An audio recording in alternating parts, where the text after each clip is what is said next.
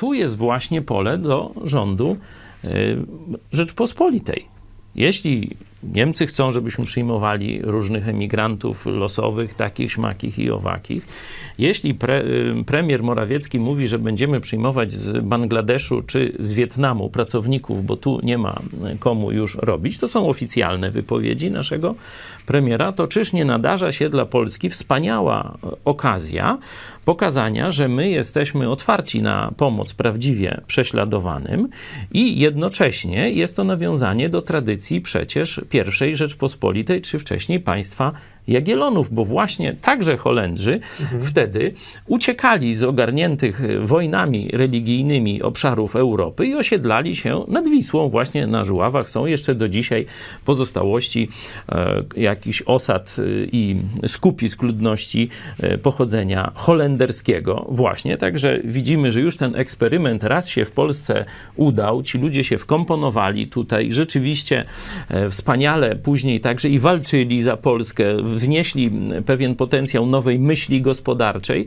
i dokładnie to samo moglibyśmy, gdybyśmy mieli prawdziwie polski rząd. Rząd Morawieckiego tego oczywiście nie zrobi, ale my pokazujemy wam, co zrobiłby rząd Polaków, czyli rząd ruchu 11 listopada, że od razu w trybie pilnym by nasze przedstawicielstwo dyplomatyczne tam prowadziło akcję informacyjną w RPA, że Polska czeka na tych prześladowanych, mordowanych farmerów, że zapewnia im na przykład na ścianie wschodniej jest bardzo duże wyludnienie, praktycznie ziemia leży odłogiem, można by im specjalne jakieś czy kredyty, czy tam jeśli są majętni, udałoby się im wywieźć trochę pieniędzy z tego ogarniętego chaosem już kiedyś wspaniałego państwa, mogliby sobie kupić, ale że w Polsce są mile widziani. Oczywiście trzeba by im też od razu dostęp do broni zapewnić, no bo to są ludzie z innej kultury niż komunistyczna Polska.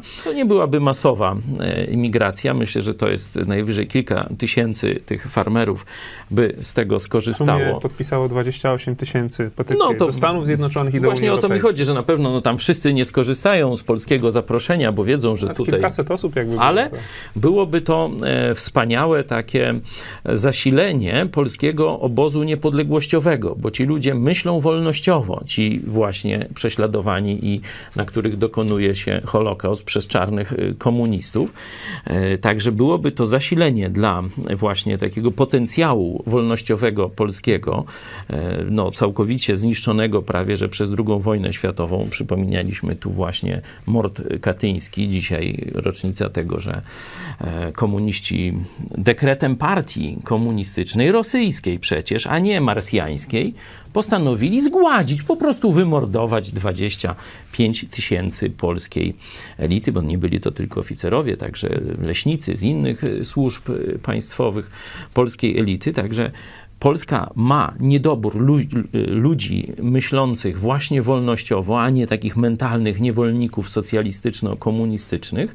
I oczywiście to by był wspaniały krok. Pokazalibyśmy też światu, że Polska jest ojczyzną dla tych, którzy szukają wolności, szukają schronienia. Niestety wiem, że rząd Morawieckiego, rząd PiS-u, prezydent Duda nic w tej sprawie nie zrobią. Będziemy utrzymywali Koreę Północną, tam mamy placówki dyplomatyczne, stamtąd ściągamy pracowników, znaczy niewolników, ściągamy do Polski. Dzisiaj niewolnicy komunistyczni z Korei Północnej pracują za zgodą polskiego rządu, polskich władz, ale niestety obawiam się, że ci ludzie w ogromnej potrzebie z tego samego kręgu kulturowego, to często są bardzo pobożni chrześcijanie o nastawieniu rodzinnym, z wielkimi tradycjami w tym obszarze, nie znajdą gościny w komunistycznej dzisiejszej Polsce. To jest smutne, dlatego założyliśmy partię. No. To samo rozegra się w Unii